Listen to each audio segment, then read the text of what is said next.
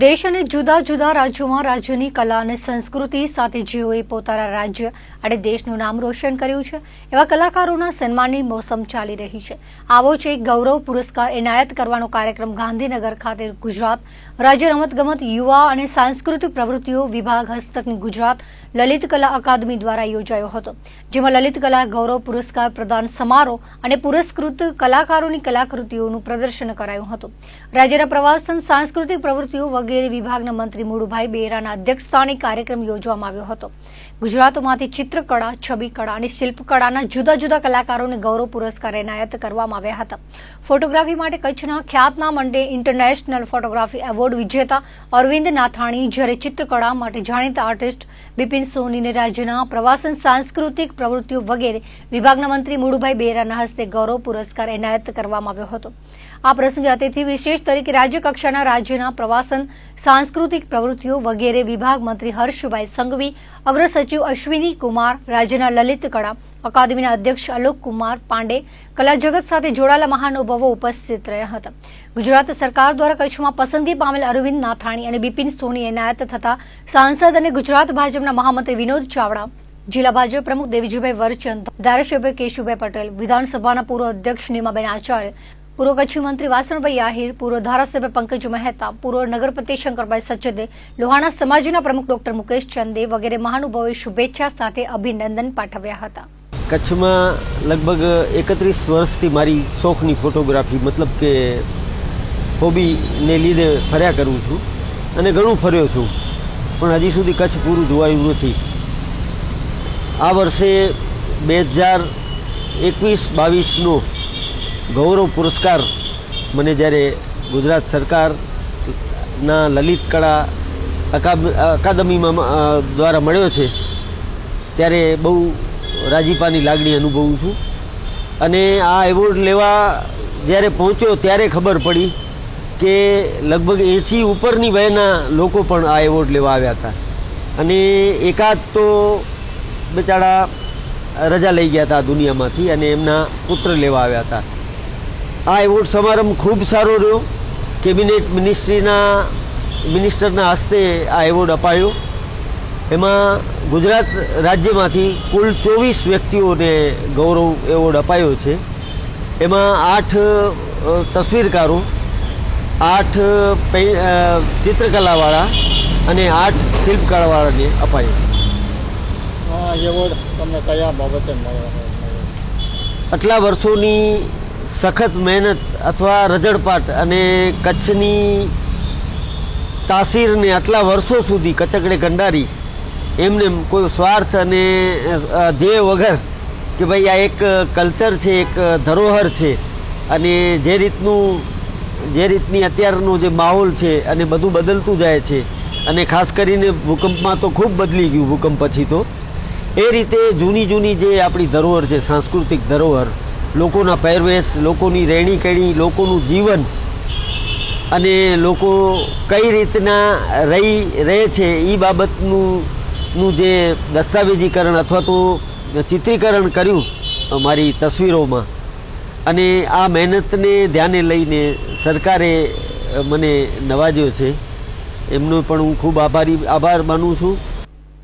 નિરોણાના 135 વર્ષ જૂની વૈષ્ણવ સમાજ દ્વારા યોજાતી નવરાત્રી મહોત્સવ વર્ષો જૂનું બજાર ચોકમાં ત્રિકમરાય મંદિરની બાજુમાં આવેલા ચોકમાં વૈષ્ણવ સમાજ દ્વારા નવરાત્રી યોજાતી હતી। અત્યારે દરેક સમાજ પોતાની નવરાત્રી ઉજવી રહ્યા છે। અહીં રાત્રે 10 કલાકે માતાજીની આરતી, છંદ અને પરંપરાગત રીતે માતાજીના ગરબા ગવાય છે। અહીં કોઈ ફિલ્મી ગીતો ગવાતા નથી। નવરાત્રી દરમિયાન 5મા નોરથી 64 કન્યા પૂજન કરવામાં આવ્યું હતું। કન્યાઓને કુમકુમ તિલક કરી કન્યાઓને ભેટ રોકડ રૂપે રકમ અપાઈ હતી। પહેલા બહેનોના ગરબા પછી ભાઈઓનો રાસ જેવી રમઝટ જામે છે। નવરાત્રીની માની આરાધનાના સેવક તરીકે અનિલ મહારાજ સેવા આપી રહ્યા છે। છેલ્લા 3 પેઢીથી હું સંભાળું છું અને લગભગ 135 વર્ષ છે થયા જય માતાજી નવરાત્રી મિત્ર મંડળને સતત પ્રક્રિયા ચાલુ છે।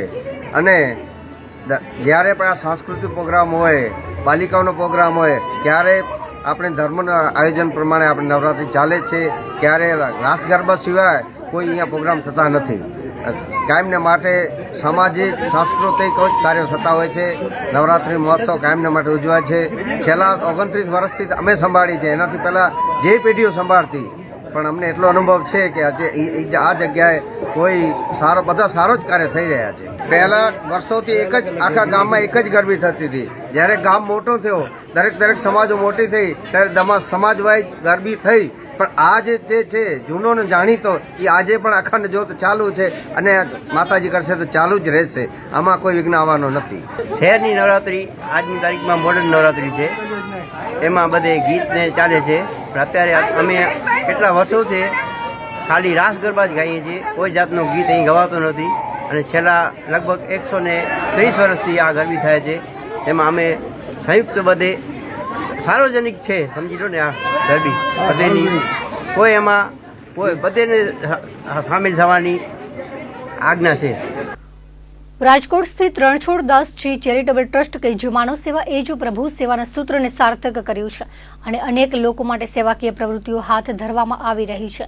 રાપર દરિયા સ્થાન મંદિર ખાતે નેત્ર નિદાન સારવાર કેમ્પનું આયોજન કરાયું હતું.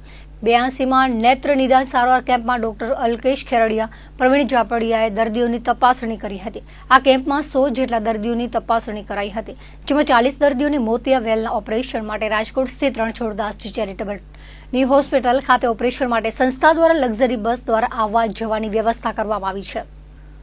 ભારત સરકાર દ્વારા કૃષિ અને ડેરી ઉદ્યોગના હિતમાં લેવામાં આવેલા મહત્વપૂર્ણ નિર્ણયોથી કચ્છના સરસપુર ગામના પશુપાલકોમાં આનંદ અને ઉત્સાહની લાગણી છવાઈ ગઈ છે.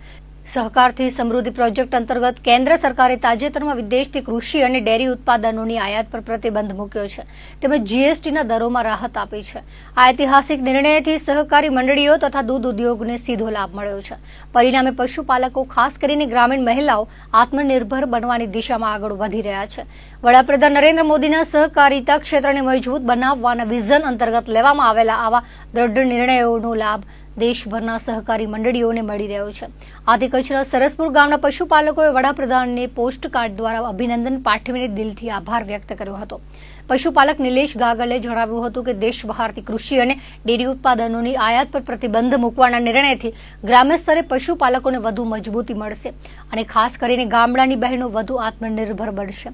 આ નિર્ણયથી સહકારિતાનું માળખું વધુ મજબૂત બની કૃષિ અને ડેરી ક્ષેત્રને દીર્ઘકાળે પ્રોત્સાહન મળશે. કેન્દ્ર સરકાર દ્વારા અમેરિકાથી કૃષિ ડેરી ઉત્પાદનોની આયાત પર પ્રતિબંધ તેમજ જીએસટીમાં ઘટાડાનો નિર્ણય લેવાયો છે, જેથી સહકારી મંડળીઓ અને દૂધ મંડળીઓને તેનો સીધો લાભ મળ્યો છે. સરસપુરના નિકિતાબેન ગાગલે જણાવ્યું હતું કે વડાપ્રધાનના આ નિર્ણયથી ખાસ કરીને અમારા જેવી ગ્રામીણ મહિલાઓ વધુ આત્મનિર્ભર બની છે. ત્યારે પોસ્ટકાર્ડના માધ્યમથી અમે અમારા દિલની વાત વડાપ્રધાનને પહોંચાડીને તેમનો આભાર વ્યક્ત કર્યો હતો. આપણા વડાપ્રધાન શ્રીએ જે અમેરિકાથી આવતી કૃષિ અને ડેરી ઉત્પાદનોની આયાત રોકવાનો જે મોટો નિર્ણય લીધો છે, તેનાથી સહકારી સંસ્થાઓ અને પશુપાલકને ખૂબ મોટો ફાયદો થશે અને આપણા દેશની મહિલાઓ આત્મનિર્ભર બનશે. આ નિર્ણયના લીધે હું સરકારશ્રીનો આભાર વ્યક્ત કરું છું. માનનીય નરેન્દ્રભાઈ મોદી અમેરિકાથી કૃષિ અને ડેરી ઉત્પાદનોની આયાત રોકવાનો નિર્ણય અમારા જેવા નાના પશુપાલકોને ખૂબ ઉપયોગી છે. આ બદલ હું આપનો આભાર વ્યક્ત કરું છું. માનનીય નરેન્દ્રભાઈ મોદી સાહેબે જે અમેરિકાથી આવતા કૃષિ અને ડેરી ઉત્પાદનો ઉપર પ્રતિબંધ મૂક્યો છે, જેનાથી અમારા સર્વે દેશવાસીઓને ખૂબ ફાયદો થશે અને આપણા મહિલાઓ પણ આત્મનિર્ભર બનશે. આ નિર્ણય લેવાથી અમે બહુ ખુશ છીએ અને માનનીય નરેન્દ્રભાઈનું ખૂબ ખૂબ આભાર વ્યક્ત કરું છું. માનનીય શ્રી નરેન્દ્રભાઈ મોદીએ અમેરિકાથી આવતા કૃષિ અને ડેરી ઉત્પાદનોની આયાત પર પ્રતિબંધ મૂકવાનો આ નિર્ણય લીધો છે. તેથી દેશના પશુપાલકો અને સહકારી સંસ્થાઓને ખૂબ લાભ થશે અને સંસ્થાઓ ખૂબ મજબૂત થશે. આ નિર્ણય લેવા બદલ આપશ્રીનો ખૂબ ખૂબ આભાર વ્યક્ત કરું છું. માનનીય વડાપ્રધાન શ્રી અમેરિકાથી આવતી કૃષિ અને ડેરી ઉત્પાદનોની આયાતને રોકવાનો નિર્ણય લીધો છે. એનાથી ગામડાઓના અસંખ્ય પશુપાલકોને ફાયદો મળશે, સહકારી સંસ્થાઓને ફાયદો મળશે. આ નિર્ણય બદલ હું માનનીય વડાપ્રધાનશ્રીનો ખૂબ ખૂબ આભારી છું. નખત્રાણા તાલુકાની તમામ નવરાત્રીમાં ઓપરેશન સિંદૂરની થીમ પર ગરબા રજૂ થતા દેશભક્તિનો માહોલ છવાયો હતો. ગાયત્રી મંદિર ખાતે પીઆઈ અશોક મકવાણાએ જણાવ્યું હતું કે તાલુકામાં શાંતિપૂર્વક માં જગદંબાની આરાધના થઈ રહી છે, તેમણે સિંદૂર ગરબાનો તાલુકામાં ખૂબ જ બહોળો પ્રતિસાદ મળ્યો છે. તમામ ગામોની ટીમ સાથે મુલાકાત લીધી હતી. ગાયત્રી મંદિર ખાતે નવરાત્રીમાં તેમનું સાલ મોમેન્ટો આપી સન્માન કરાયું હતું. પીએસઆઈએ કહ્યું હતું કે ડીવાયએસપી બીબી ભગોરાના માર્ગદર્શન હેઠળ તમામ ગામોમાં થતી નવરાત્રીમાં બંદોબસ્ત હોય છે. પોલીસે પ્રજા આયોજકો સાથે સહકાર આપે છે. બીજી તરફ નખત્રાણા નવાવાસ નવરાત્રી મહોત્સવમાં મામલતદાર રાકેશ પટેલ તેમજ પીઆઈએ આરતીનો લાભ લીધો હતો. તેમની સાથે પોલીસ અધિકારીઓ અને હોદ્દેદારો સહિતના જોડાયા હતા. મુન્દ્રામાં દરજી સમાજવાડી ખાતે સેવા પખવાડિયા નિમિત્તે બ્લડ ડોનેશન કેમ્પનું આયોજન કરાયું હતું. મુન્દ્રા શહેર ભાજપ, યુવા ભાજપ તેમજ પ્રગતિ મંડળ દ્વારા રક્તદાન શિબિર યોજાઈ હતી, જેમાં 65 બોટલ રક્ત એકત્ર કરવામાં આવ્યું હતું. શહેર પ્રમુખ અરવિંદ પટેલ, નગરપાલિકા પૂર્વ પ્રમુખ કિશોરસિંહ પરમાર, કારોબારી ચેરમેન દયાલાલ આહિર, યુવા પ્રમુખ કરણ મહેતા, કારોબારી ચેરમેન ભોજરાજ ગઢવી, નરેન્દ્રસિંહ પરમાર, દયાલાલ ગોહિલ, યોગેશ ઠક્કર, દંબા ઝાલા, બીડી ચાવડા વગેરે ઉપસ્થિત રહ્યા હતા. એકત્ર થયેલ લોહી ભુજની જીકે જનરલ હોસ્પિટલમાં આપવામાં આવ્યું હતું. મંડળ દ્વારા એમના સીતાપુરી તાલુકાની આપણા સેવા પખવાડિયા દ્વારા શનિભાઈ તેમજ પ્રતિ મંડળના આજે બ્લડ ડોનેશનના તરીકે યોગેશભાઈ રહ્યા છે. યોગેશભાઈ અને આજે 17 સપ્ટેમ્બરથી કરી અને 2 સુધી 17 સપ્ટેમ્બર એટલે માનનીય વડાપ્રધાન નરેન્દ્રભાઈ મોદી સાહેબનો જન્મદિવસ કરી અને 2 વર્ષ સુધી અમે જન્મદિવસ ઉજવી રહ્યા છીએ ગાંધી જયંતિ સુધીનું.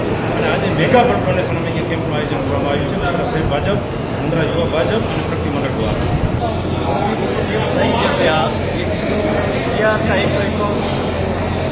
અત્યારે અંદાજિત છે કે એટલી બોટલ અમે એકત્રિત કરી છે. ખાસ જરૂરિયાત છે રક્તદાન કરવા માટે બધાને પ્રેરિત કરવું જોઈએ. એના માટે અમે આ આયોજન કરેલું છે. ભુજના સંતોષી માતાના મંદિર સમીપે આવેલા એન્કરવાલા સરસ્વતી શિશુ વાટિકા મહારાવ પ્રાગમલજી ત્રીજા વિદ્યા મંદિર ખાતે વાર્ષિક પરંપરા અનુસાર ઉજવણી કરવામાં આવી હતી. શાળાના ઉર્વશી ભાટિયા અને વર્ષાબેન જોશીએ વિગત આપતા જણાવ્યું હતું કે શિશુ મંદિરમાં વિવિધ તહેવારોની ઉજવણી થતી હોય છે. બાળકોમાં શિક્ષણ સાથે સંસ્કારોનું સિંચન થાય અને આપણી સંસ્કૃતિ જળવાઈ રહે તે હેતુથી વિવિધ તહેવારો ઉજવવામાં આવે છે. નવરાત્રી પર્વની ઉજવણીના ભાગરૂપે રાસ ગરબાનું આયોજન કરાયું હતું. ઉપરાંત શિશુ વાટિકામાં અભ્યાસ કરતી 100 થી વધુ બાલિકાઓનું પૂજન કરાયું હતું. શિશુ વાટિકા અને વિદ્યા મંદિરમાં અભ્યાસ કરતા તમામ બાળકો અને બાલિકાઓને ભેટ સોગાદ અપાઈ હતી. સમગ્ર આયોજનમાં શાળાના ટ્રસ્ટી મંડળ, વ્યવસ્થાપકો, આચાર્ય, શિક્ષકો, વાલીઓ અને વાલી સમિતિના હોદ્દેદારોનો સંપૂર્ણ સહયોગ મળ્યો હતો. બાલિકાએ રાસ ગરબાની રંગત જમાવી હતી. શ્રી એન્કરવાલા શિશુ મંદિર તેમજ મહારાવ શ્રી પ્રાગમલજી ત્રીજા વિદ્યા મંદિર ખાતે દર વર્ષે આ નવરાત્રી પર્વની ઉજવણીનો આયોજન થતો હોય છે. તેમાં રાસ ગરબા તેમજ વિશેષમાં તો બાલિકા પૂજન વિદ્યાલયમાં અભ્યાસ કરતી જેટલી 101 જેટલી બાલિકાઓ 100 ઉપર બાલિકાઓ છે તો 101 જેટલી બાલિકાઓનું અમે દર વખતે પૂજન કરીએ છીએ અને એમને યથાયોગ્ય ભેટ સોગાદ પણ આપીએ છીએ. તેમાં આ બાલિકા પૂજનમાં વાલીઓ, વાલી સમિતિ તેમજ આચાર્યોનો પણ અમને સહયોગ મળે છે તેમજ ટ્રસ્ટી વ્યવસ્થાપકોનો પણ આમાં સહયોગ રહેલો છે. વિદ્યા ભારતી સંલગ્ન અમારો વિદ્યાલય દર વર્ષે બધા જ તહેવારો આવી રીતે ધૂમધામથી ઉજવે છે અને બાળકોને ભણતરની સાથે સંસ્કાર પણ મળે અને આપણી સંસ્કૃતિ પણ જળવાઈ રહે તેનું ધ્યાન રાખી અને ખાસ આવા ઉત્સવ પર્વની ઉજવણીનું આયોજન કરતા હોઈએ છીએ. અમે એન્કરવાલા સરસ્વતી વિદ્યા મંદિરમાં દર વર્ષે જે વર્ષ દરમિયાન જે પણ આપણા હિન્દુ પરિવારના જે પણ છે આપણા તહેવારો એની અમે ઉજવણી આપણે પરંપરાગત રીતે કરીએ છીએ. આ રીતે નવરાત્રી પર્વની ઉજવણી બાલિકાઓનું તો કરીએ જ છીએ પણ આપણને બાળકોને પણ બટુક છે એમને પણ ભેટ સોગાદ આપીએ છીએ અને આ રીતે ગરબાનું પણ આયોજન કરેલ છે. પંડિત શ્યામજી કૃષ્ણ વર્માની 168મી જન્મ જયંતિએ ભુજ ખાતે વિવિધ સંસ્થાઓ દ્વારા સેવાકીય પ્રવૃત્તિઓ કરવામાં આવી હતી. સત્યમ સંસ્થા અને તાનારીરી મહિલા મંડળ દ્વારા જ્યુબિલી ગ્રાઉન્ડ પાસે આવેલી પંડિત શ્યામજી કૃષ્ણ વર્માની પ્રતિમાને હારારોપણ કરી શ્રદ્ધાંજલિ અર્પણ કરાઈ હતી. દરમિયાન બાળકોને અલ્પાહારની વ્યવસ્થા ભાનુશાલી સમાજના પ્રમુખ તરફથી કરવામાં આવી હતી. આ કાર્યમાં વિવિધ વિસ્તારોમાં અલ્પાહાર કરાવ્યો તેની વ્યવસ્થા સત્યમ સંસ્થાએ સંભાળી હતી.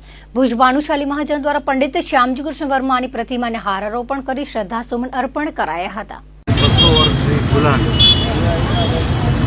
એમાંથી મુક્ત થવાનું પહેલું સોપાન પ્લાસીનું યુદ્ધ, બીજું સોપાન 1857નો સ્વાતંત્ર્ય સંગ્રામ, 1857ના સ્વાતંત્ર્ય સંગ્રામની આબોહવામાં પંડિતજીનો જન્મ,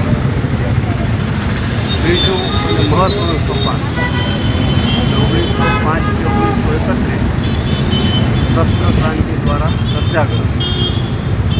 વિશેષ સારી વાત એ કે એ આંદોલનના રાહબર આપણા પંડિત શ્યામજી કૃષ્ણવર્મા. ચોથું સોપાન રાષ્ટ્રપિતા મહાત્મા ગાંધીજીની આગેવાની હેઠળ સમગ્ર દેશમાં ચાલે સ્વાતંત્ર્ય સંગ્રામ. પણ ત્રીજો જે પડાવ છે 1905 થી 1931 તેનું આજની દ્રષ્ટિએ મહત્વ છે. પંડિતજીની વાત કરવી હોય તો આપણે સૌ જાણીએ છીએ તેમ માંડવીમાં એમનો જન્મ અને 1905ના અરસાની માંડવીની કચ્છની કે ભારતની કલ્પના કરો તો તમને ખ્યાલ આવી જાય કે એમની સિદ્ધિ શું હતી. આશાપુરા જીવદયા માનવ સેવા ગ્રુપ ભુજ જે છેલ્લા 2 વર્ષથી અનેક વિવિધ સેવા પ્રવૃત્તિ કરે છે, જેમાં ગરીબોને તેમજ જરૂરતમંદ વ્યક્તિઓને કોઈ પણ સ્વાર્થ વિના રાશન કીટ તેમજ જીવન જરૂરિયાત વસ્તુઓ આપવામાં આવે છે, જે લોકોના જીવનમાં ખૂબ જ મદદરૂપ થાય છે. ફક્ત લોકો માટે જ નહીં પરંતુ મોંઘા પશુ પંખી માટે પણ યોગ્ય વ્યવસ્થા કરવામાં આવે છે. ત્યારે ગ્રુપ દ્વારા નવું સાહસ કરીને માનવતાનું ઉત્તમ ઉદાહરણ પૂરું પાડ્યું છે, જેમાં નામી અનામી દાતા દ્વારા વિકલાંગને વ્હીલચેર અર્પણ કરવામાં આવી છે. આ ગ્રુપનો માનવ સેવા એ જ પ્રભુ સેવાનો ઉદ્દેશ્ય છે. આપણે આશાપુરા જીવદયા માનવ સેવા ગ્રુપ ભુજનો ગ્રુપ ચલાવીએ છીએ. આપણે પશુ પંખી ને પરિવારને આપણે વિકલાંગને બ્લાઇન્ડ હતા એને આપણે એક આજે વ્હીલચેર આપી છે આપણે ને બીજી વિવિધ આપણે સેવાકીય પ્રવૃત્તિ જોડાયેલા છીએ.